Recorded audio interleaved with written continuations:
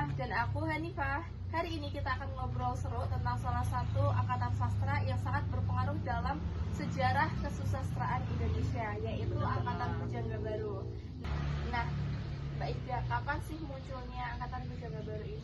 Angkatan Pujangga Baru ini muncul setelah Sumpah Pemuda pada tahun 1928. Nah, Nifah, pada saat itu tuh bukan hanya semangat nasionalisme di bidang politik aja yang menggebu-gebu, tetapi semangat nasionalisme di bidang kesusastraan pun sama menggebunya.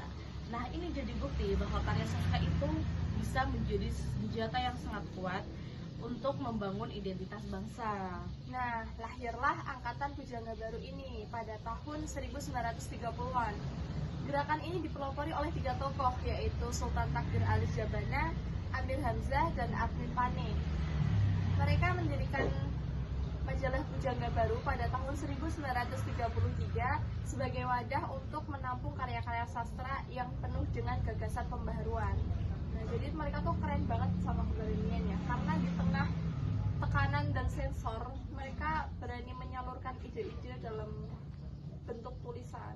Nah, bener banget Hanifah, aku aja kagum loh sama mereka.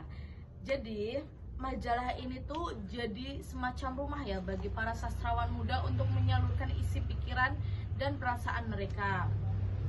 Terus, karya-karya itu tuh banyak yang disensor oleh Balai Pustaka karena mengusung tema kebangsaan dan kemerdekaan. Jadi, ini tuh menunjukkan bahwa kreativitas itu membutuhkan ruang yang independen. Dan menariknya, Angkatan Pujangga Baru ini membawa 2 arus pemikiran besar.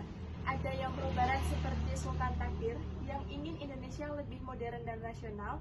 Ada juga yang pro timur seperti Sanusi Pane yang lebih menekankan harmoni antara jasmani dan rohani.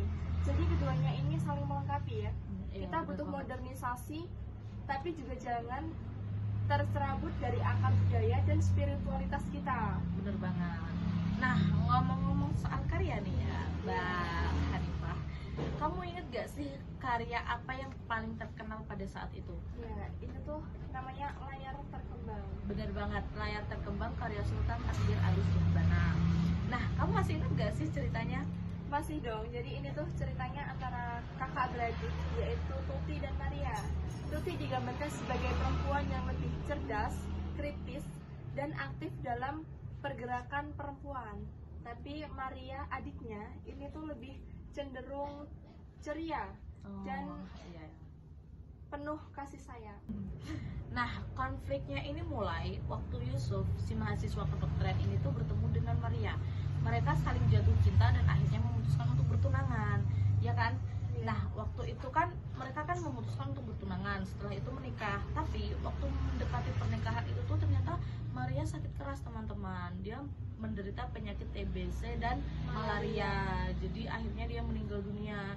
Tapi sebelum meninggal dunia tuh Maria berpesan kepada Tuti bahwa Tuti akan menggantikannya untuk menikah dengan Yusuf, dan Tuti menerima dengan lapang dada dong tentu saja. Tapi tetap aja ya di bagian Maria yang meninggal itu tuh sedih banget loh. Bener sih. Dan akhirnya tuh mereka menikah. Iya, bahagia. betul banget. Nah, jadi ceritanya tuh bukan soal cinta, tapi juga menggambarkan semangat emansipasi, terus juga perjuangan perempuan dan perubahan sosial pada saat itu.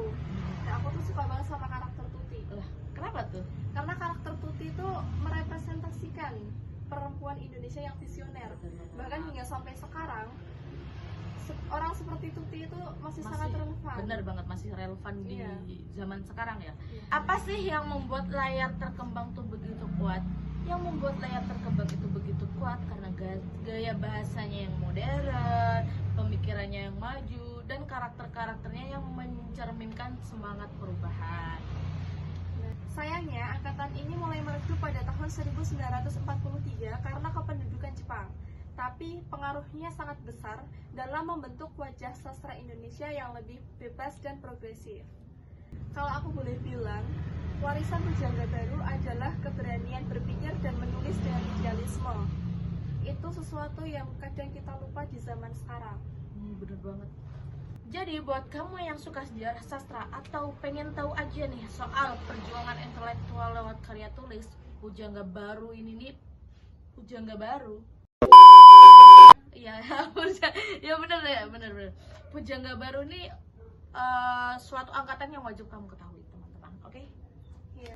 Dan layar terkembang adalah bacaan yang wajib kalau kamu ingin tahu bagaimana pemikiran kebangsaan, cinta, dan emansipasi berpadu dalam satu cerita. Nah, bener banget.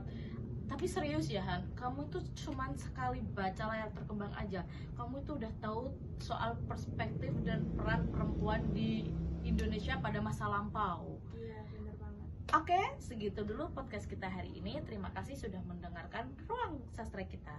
Jangan lupa baca terus karya-karya sastra Indonesia dan dukung terus literasi. Sampai jumpa. Sampai jumpa. Wassalamualaikum warahmatullahi wabarakatuh. Dadah.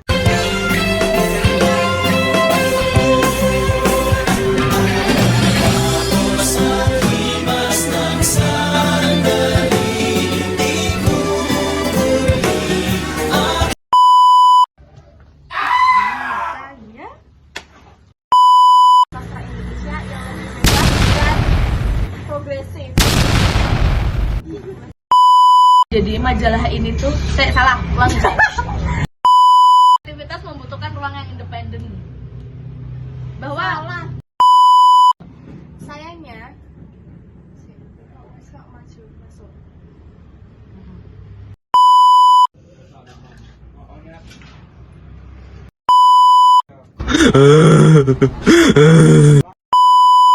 Thank you, everyone. Thank you, Elmar.